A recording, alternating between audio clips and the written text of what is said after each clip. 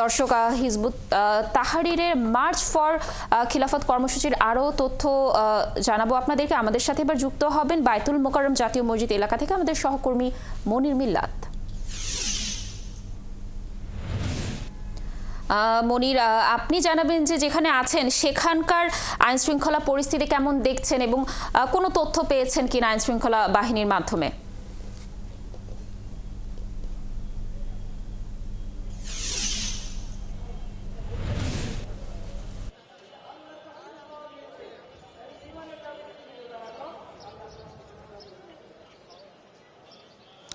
দেখুন, শুরুতে একটু বলে রাখি যে হিজবুত তাহরির একটি নিষিদ্ধ ঘোষিত সংগঠন এবং 2009 সালে আওয়ামী লীগ যখন ক্ষমতায় তখন এই সংগঠনটিকে নিষিদ্ধ করা হয় এবং তারপর লম্বা একটা সময় ধরে হিজবুত তাহরির একেবারে গোপনে তারা তাদের সাংগঠনিক এবং রাজনৈতিক যে কর্মকাণ্ড সেগুলো তারা চালিয়ে আসছিল। কিন্তু গেল বছরের 5 আগস্টের যে রাজনৈতিক পট পরিবর্তন, তারপর থেকে আমরা দেখি যে হিজবুত তাহরির তারা প্রকাশ্যে এক ধরনের রাজনৈতিক কর্মকাণ্ড কিংবা তাদের যে সাংগঠনিক কর্মকাণ্ড সেটি চালানোর এক ধরনের চেষ্টা করে। বিশেষ করে বিশ্ববিদ্যালয় কেন্দ্রিক এবং কলেজ কেন্দ্রিক শিক্ষা প্রতিষ্ঠানগুলোতে তাদের এক ধরনের তৎপরতা ছিল।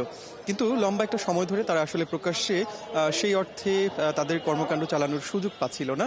তবে বিভিন্ন ক্ষেত্রে আমরা জেনেছি যে ঢাকা এবং চট্টগ্রামে বেশ কিছু কর্মসূচি তারা পালনের চেষ্টা করেছে। তবে সবশেষ যেটি হয়েছে যে আজকে তাদের যে মার্চ ফর খিলাফত কর্মসূচি, যেটি বলা হচ্ছে যে হিজবুত তাহরিরের সবচেয়ে বড় কর্মসূচি, অর্থাৎ প্রকাশ্যে তাদের রাজনীতিতে কর্মকাণ্ড পরিচালনা করবার যে চেষ্টা, সেই জায়গাতে বড় একটা পদক্ষেপ তাদের আজকের এই কর্মসূচি। এবং গত কয়েকদিন ধরে ঢাকা বিশ্ববিদ্যালয় সহ রাজধানীর বিভিন্ন এলাকায় তারা পোস্টার টানিয়ে তাদের এই কর্মসূচির জানান দিয়েছে। তবে পুলিশ গতকালও পরিষ্কার করে বলেছে যে যেহেতু হিজবুত তাহরির নিষিদ্ধ ঘোষিত সংগঠন, যে কারণে তাদের যে কোনো কর্মকাণ্ড সেগুলো কিন্তু শাস্তিযোগ্য অপরাধ। আজকে আমরা সকাল থেকে দেখেছি যে বাইতুল মোকাররমের উত্তর গেট থেকে জুমার নামাজের পর তাদের সেই কর্মসূচি পালন করবার কথা, মার্চ ফর খিলাফত, সেই দিকটাতে আইন শৃঙ্খলা রক্ষাকারী বাহিনীর বিপুল সংখ্যক সদস্য তারা এখানে উপস্থিত হয়েছেন। তারা এখানকার নিরাপত্তা ব্যবস্থা যেটি রয়েছে সেটি নিশ্চিত করবার চেষ্টা করছেন। বাইতুল মোকাররমের উত্তর গেট, একই সাথে দক্ষিণ গেট, অর্থাৎ যতগুলো প্রবেশপথ রয়েছে সবগুলো জায়গাতে আমরা দেখেছি যে পুলিশ,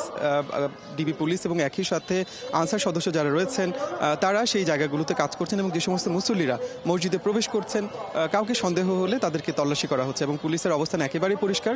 তারা বলছেন যে যেহেতু হিজবুত তাহরির নিষিদ্ধ ঘোষিত সংগঠন, তাদের এ ধরনের কর্মসূচি করবার কোনো ধরনের সুযোগ নেই এবং তাদেরকে সেই কর্মসূচি পালন করতে দেয়া হবে না। আর আজকে বাইতুল মোকাররমের পরিস্থিতি হলো, যেহেতু পবিত্র মাহে রমজানের প্রথম জুমা, যে কারণে আমরা দেখছি যে অনেক সাধারণ মুসল্লি ঢাকার বিভিন্ন প্রান্ত থেকে তারা এই বাইতুল মোকাররম জাতীয় মসজিদে এসেছেন নামাজ আদায় করবার জন্য। এরকম একটি পরিস্থিতিতে আজকে হিজবুত তাহরিরের এই কর্মসূচি। এখন দেখার বিষয় যে নামাজ শেষে দুপুর 1:30টায় নামাজ শুরু হওয়ার কথা, নামাজ শেষে আসলে পরিস্থিতি কোন দিকে গড়ায়। হিজবুত তাহরির এখন পর্যন্ত